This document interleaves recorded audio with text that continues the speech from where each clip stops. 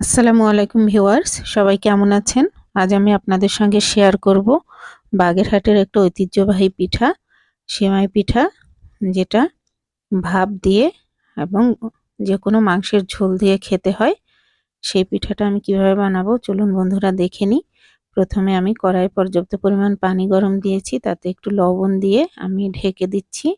পানিটা ফুটে গেলে এখন এর মধ্যে আমি শুকনা চালের গুঁড়া দিয়ে দিব। চালের গুঁড়াটা অবশ্যই শুকনা হতে হবে বন্ধুরা, তাহলে পিঠাটা অনেক ভালো হবে। আর আটাটাও খুব সুন্দর করে সিদ্ধ করে নিতে হবে।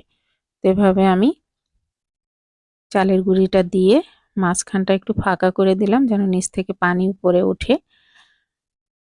আর এটাকে আমি ঢেকে দিয়ে এখন 5 মিনিট হালকা আঁচে রেখে দিব, তাহলে ভাপে খুব সুন্দর সিদ্ধ হবে। দেখুন বন্ধুরা, পানিটা উপরের দিকে উঠে এসেছে।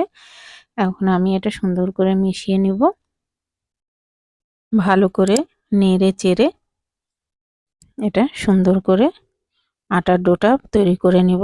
আটা যত ভালো হবে তত পিঠা ভালো হবে। তো এখন আমি গরম ছিল বিধায় আমি একটা নোড়া দিয়ে একটু এটাকে মিক্সড করেছি গরম থাকা পর্যন্ত। তারপর একটু ঠান্ডা হয়ে গেলে আমি হাত দিয়ে এই ডোটা বানিয়ে নিয়েছি। হাত হালকা পানিতে ভিজিয়ে ভিজিয়ে আমি আটার ডোটা তৈরি করে নিয়েছি। দেখুন বন্ধুরা, এই যে এভাবে ছোট ছোট লেচি করে নিয়েছি। এখন আমি এটা মেশিনের সাহায্যে, দেখুন বন্ধুরা, এই যে হলো মেশিনটা আমি সুন্দর করে একটা কাঠের সঙ্গে সেট করে নিয়েছি। আর এই যে এভাবেই এই পিঠাটা বানাতে হয়, 2 আঙুল দিয়ে টিপে টিপে ভিতরে আটাটা ঢুকিয়ে দিতে হবে, আর উপর থেকে একজন মেশিনটা ঘোরাবে। পিঠাটা নুডলসের মতো নিচ থেকে পড়ছে। এই পিঠাটা কিন্তু অসাধারণ লাগে খেতে বন্ধুরা।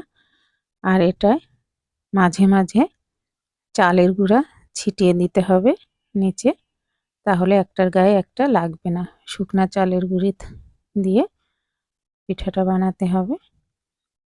এটা ভাপ দিয়ে সিদ্ধ করে খেতে হয়, যে কোনো মাংসের ঝোল দিয়ে। বাগেরহাটের মানুষরা তো সবসময় হাঁসের মাংস দিয়েই বেশি পছন্দ করে। তো দেখুন বন্ধুরা, এই যে এভাবে পিঠাটা রেডি। আমি ওদিকে রাইস কুকারে পানি গরম দিয়েছি, আর এই রাইস কুকারের নেটটায় আমি এখন পিঠাগুলা ভাপ দিব। এটা ভাতের অল্টারনেট হিসাবে আপনারা খেতে পারবেন। এটা অনেক মজার, অনেক টেস্টি। মাংসের ঝোল দিয়ে খেতে তো দারুণ লাগে বন্ধুরা। আমার বাসার সবাই পছন্দ করে। এখন এটা 15 থেকে 20 মিনিটের মতো আমি ওয়েট করব এটা সিদ্ধ হওয়া পর্যন্ত। এখন বন্ধুরা সিদ্ধ হয়ে গেছে।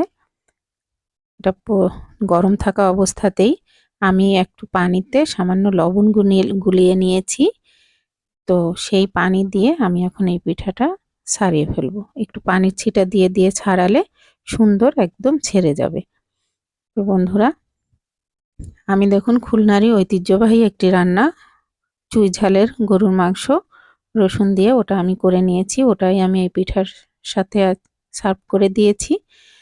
তো এটা আসলে অনেক মজার একটা রেসিপি। আমার এই রেসিপিটা যদি আপনাদের ভালো লাগে অবশ্যই লাইক কমেন্ট শেয়ার করবেন। ফেসবুকে দেখলে ফলো দিয়ে দিবেন এবং ইউটিউবে সাবস্ক্রাইব করে আমার পাশে থাকবেন।